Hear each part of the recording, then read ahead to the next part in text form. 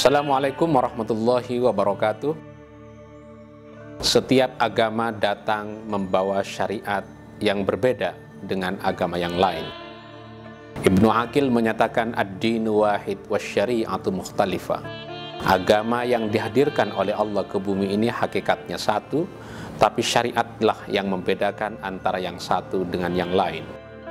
Pandangan Ibnu Aqil ini sebenarnya sejalan kalau kita mengikuti penjelasan Al-Quranul Karim. Di dalam Al-Quran dikatakan likullin minkum syir'atan wa minhaja. Setiap komunitas, setiap umat, setiap bangsa memiliki syir'ah wa minhaja, memiliki syariatnya sendiri-sendiri. Yang satu dengan yang lain berbeda. Nah, itu tidak berarti bahwa syariat yang dibawa oleh Islam sama sekali adalah syariat yang baru, yang tidak ada presidennya di dalam sejarah.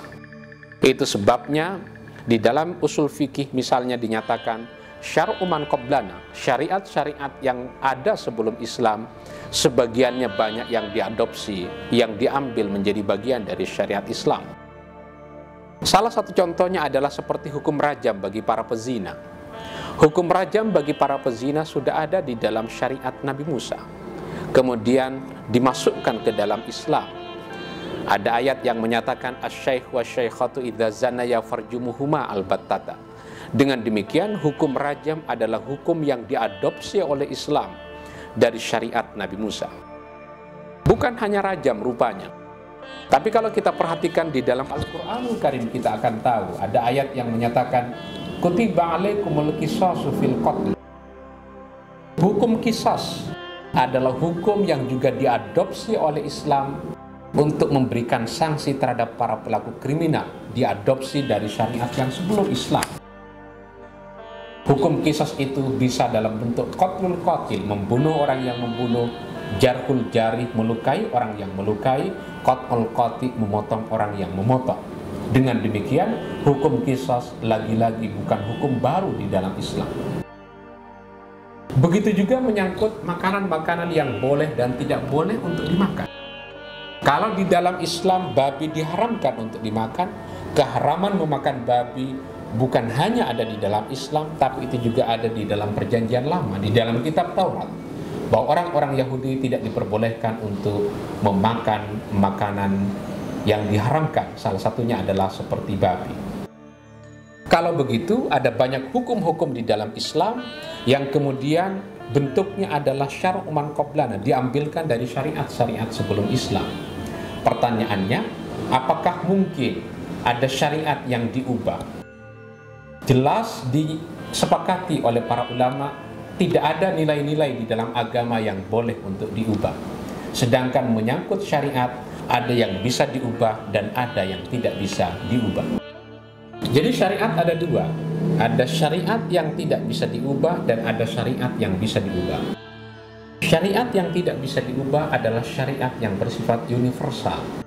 Seperti perintah untuk bersikap jujur, seperti menghormati orang tua. Ini yang direkam di dalam Al-Quranul Karim ketika menjelaskan apa yang harus dilakukan oleh orang-orang Bani Israel. Kata Al-Quran, la ta'buduna illallah, tidak boleh menyembah hanya kepada Allah. Ini bersifat abadi dan tidak akan ada perubahan. Wa bil walidain ihsana, berbuat baik kepada orang tua. Wa bidil qurba wal yatama wal masakin, berbuat baik kepada kerabat sendiri, berbuat baik kepada orang-orang yatim, kepada orang-orang miskin. Wa qulu linnasi husna, kemudian berkata dengan perkataan yang baik. Inilah syariat yang kebenarannya bersifat universal, tak akan ada perubahan sama sekali. Tapi kita tahu ada syariat-syariat yang bisa dimodifikasi, yang bisa diubah seiring dengan perkembangan zaman, seiring dengan perubahan situasi dan kondisi. Itu yang disebut oleh para ulama yakhtalifu biikhtilafid din, berubah mengikuti perubahan zaman. Kenapa terjadi perubahan terhadap prinsip-prinsip ini? Karena kita tahu di dalam kaidah usul fikih, taghayyurul ahkam bi taghayyuril azmina wal amkina wal ahwal, bahwa perubahan zaman menyebabkan terjadinya perubahan hukum seiring dengan perubahan situasi dan kondisi yang menyertai hukum itu sendiri. Dengan menyatakan seperti ini, maka seharusnya dimungkinkan terjadinya ijtihad terhadap sejumlah ketentuan-ketentuan yang ada di dalam hukum Islam. Apakah hukum potong tangan bisa diterapkan atau tidak? Ada 47 negara-negara Islam yang ada di dunia, tapi tidak seluruh negara-negara Islam itu menerapkan hukum potong tangan. Di Mesir tidak ada hukum potong tangan, di Maroko tidak ada hukum potong tangan, di Malaysia, di Indonesia, di Brunei Darussalam tidak ada hukum potong tangan, sekalipun ayatnya sudah jelas ada di dalam Quran. Itu berarti seperti ada konsensus di kalangan umat Islam untuk tidak menerapkan hukum potong tangan atau memandang hukum potong tangan sebagai hukum maksimal yang tidak selalu bisa dilaksanakan oleh umat Islam. Demikian, wassalamualaikum warahmatullahi wabarakatuh.